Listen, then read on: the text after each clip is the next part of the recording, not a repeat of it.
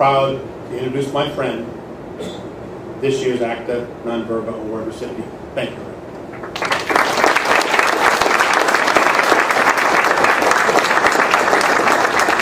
Ray, would you please come on up? And Brian Slattery, would you come back for a picture? Two Giant fans and an Eagle fan, huh? Sorry, Ryan.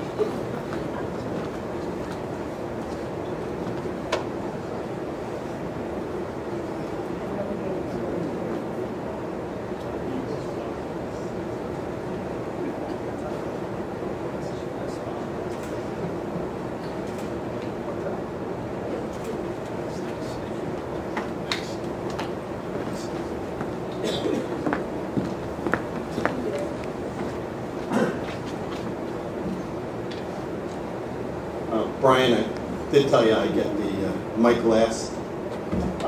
What Brian forgets to tell you, and Tom Hill is here, and will remind him that on that wonderful day where the hurricane came through, that I asked Brian, did we declare winter rules? And he looked at me like I was crazy. Tom, on the other hand, asked if he could move his ball, which I said, of course.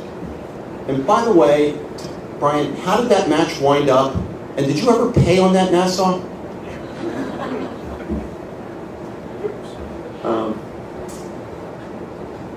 Slats, I don't know what to say. Truly touched.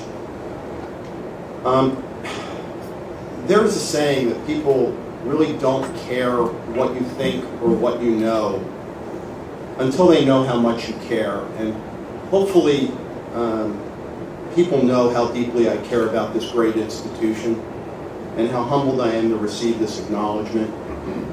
I'm doubly honored that I'm sharing this stage with Pete Rackett. Pete, you know, if a tenth of our alumni gave a tenth of the time and wealth that you have given, our foundation would be awash in cash, and every midshipman would be sitting there beating off the hundreds of people who are going to be their mentors. And my hat's off to you, Pete. Thank you.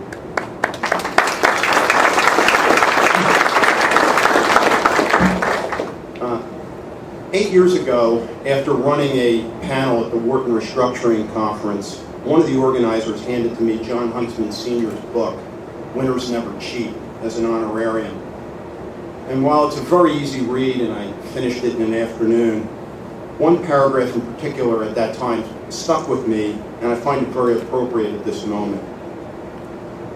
No matter what the field, no star of any success story is a totally self-made man or woman. Along the way, all of us received help from others, and most of us were beneficiaries of lucky breaks. We owe a portion of our success to others, incurring a debt in the process, and the only way to repay that assistance is by sharing good fortune. So I want to start by recognizing 4 special friends whose help stands out among the many who have provided assistance to me along the way. First, as Slats mentioned, Bob Berger. For 40 years, he was as close to me as a brother. He's been the big brother that you want to emulate. He's a man's man. He's the guy you turn to for advice and always gets it right. He saved my life our first class year. Pete, you were there in that attic that day. And he's embarrassed when I remind people of that fact. Without him, I'm not even here.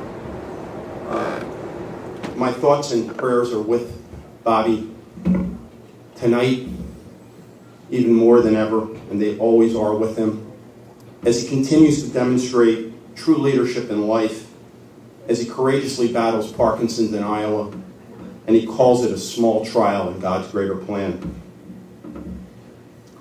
To my dear friends and other brothers, Luke Petroni and Joe Tato, who've been rocks through the bad times and catalysts for so many of the good times over the past 45 and 30 years, respectively.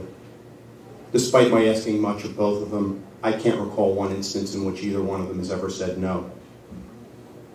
Last, and far from least, to my wife of 28 years, Sylvia, who has supported me in every endeavor and has served in my conscience in life.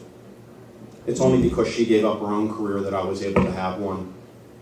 Every one of my successes was facilitated by her efforts. She selflessly demanded, and I underscore the word demanded, that my dad live with us while he battled Parkinson's for 6 years and then later dementia. All the while serving as the mentor, life coach, teacher, doctor, best friend, and advocate for our wonderful adopted daughter who continues to suffer from the mistakes of her birth mother who drank during pregnancy. So, thank you's inadequate. I can never repay you. Just know that I know and appreciate beyond words there's no me without you. God does not make better friends. You hope to have one in your life that have been blessed with 4 feels like stealing. These are the people who let me stand before you. They are the true heroes. They're selfless achievers. They never tout themselves. They just serve others, making the lives that they touch much richer for the experience. They embody the true